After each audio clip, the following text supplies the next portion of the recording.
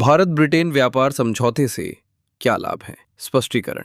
शून्य टैरिफ, सस्ती whisky, British कारें और भारतीय श्रमिकों के लिए बड़े लाभ। भारत ब्रिटेन व्यापार समझौता दोनों पक्षों के कारोबार को एक नया आकार दे सकता है और यहाँ इसकी पूरी तस्वीर दी गई है। अब तक की कहानी। भारत ब्रिटेन व्यापक आर्थिक और व्यापार समझौता डबल कॉन्ट्रीब्यूशन कन्वेंशन के साथ हस्ताक्षर किए जाने के एक साल बाद 15 जुलाई से लागू हो गया है। दोनों पक्षों द्वारा सराहे गए इस समझौते को वाणिज्य सचिव राजेश अग्रवाल ने भारत के मुक्त व्यापार समझौतों का गोल्ड स्टैंडर्ड बताया है। व्यापार लाभ के मामले में भारत को क्या मिलता है? श्री अग्रवाल ने रेखांकित किया कि सीईटीए अपनी व्यापकता और गहराई दोनों के लिए विशिष्ट है। इस समझौते के तहत ब्रिटेन 15 जुलाई से अपनी 96.8% टैरिफ लाइनों, व्यापार मूल्य का 97.7% पर टैरिफ को तत्काल समाप्त कर देगा।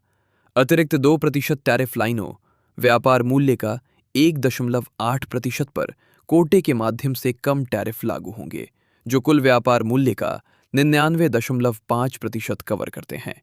टैरिफ से इतर सीईटीए के 30 अध्याय डिजिटल व्यापार, सरकारी खरीद, एमएसएमई, नवाचार, इनोवेशन, श्रम, पर्यावरण, लैंगिक समानता और गैर टैरिफ बाधाओं जैसे सैनिटरी एंड फाइटोसैनिटरी मेजर्स और टेक्निकल बैरियर्स टू ट्रेड को कवर करते हैं ताकि भविष्य के प्रतिबंधों को रोका जा सके। भारत को इस समझौते से और क्या लाभ होंगे? एक बड़ी जीत डीसीसी है।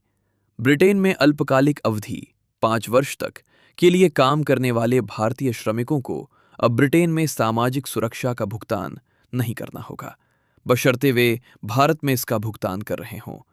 इससे पहले वे दोनों जगह भुगतान करते थे, लेकिन लाभ प्राप्त करने के लिए आवश्यक ब्रिटेन के 10 वर्षीय अंशदान नियम को पूरा करने से पहले ही स्वदेश लौट आते थे। 5 वर्ष की इस राहत से लगभग 90% भारतीय श्रमिकों को अपने वेतन का तकरीबन 23% हिस्सा गंवाने से मुक्ति मिलेगी, जिससे 75,000 से अधिक श्रमिकों और 900 से अधिक नियोक्ताओं को लाभ होगा। सेवाओं के मोर्चे पर ब्रिटेन भारतीय कंपनियों को कंप्यूटर सेवाओं, कंसल्टेंसी और पर्यावरणीय सेवाओं जैसे क्षेत्रों में व्यावसायिक उपस्थिति का अधिकार देगा, जिससे वे ब्रिटेन में अपनी शाखाएं या सहायक कंपनियां स्थापित कर सकेंगी।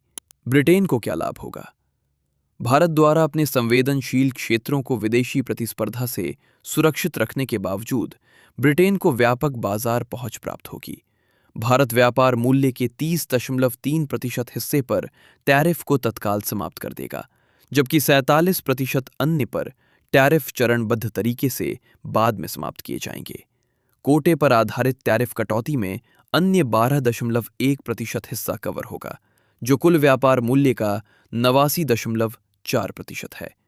परिणाम स्वरूप ब्रिटेन की शराब, ब्रिटिश कारें और इंजीनियरिंग उत्पाद भारत में सस्ते हो जाएंगे।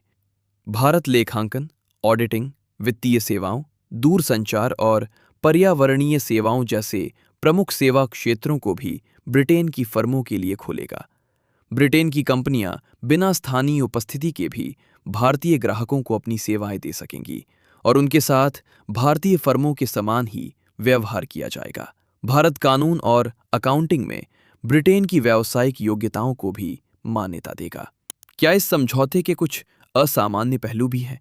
सीईटीए 2 विशिष्ट कारणों से अलग हटकर है: ऑटोमोबाइल टैरिफ और सरकारी खरीद।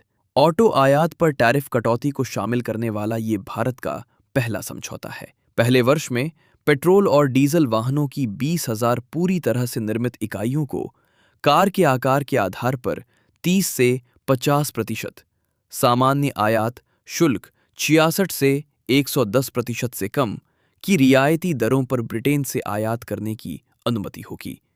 ये कोटा समझौते के 5वें वर्ष तक बढ़कर 37,000 वाहनों तक पहुंच जाएगा, जिसके साथ टैरिफ घटकर 10% रह जाएगा और 15वें वर्ष तक घटकर 15,000 हो जाएगा। वैकल्पिक ईंधन और वाणिज्यिक वाहनों के लिए अलग कोटे और टैरिफ तय हैं।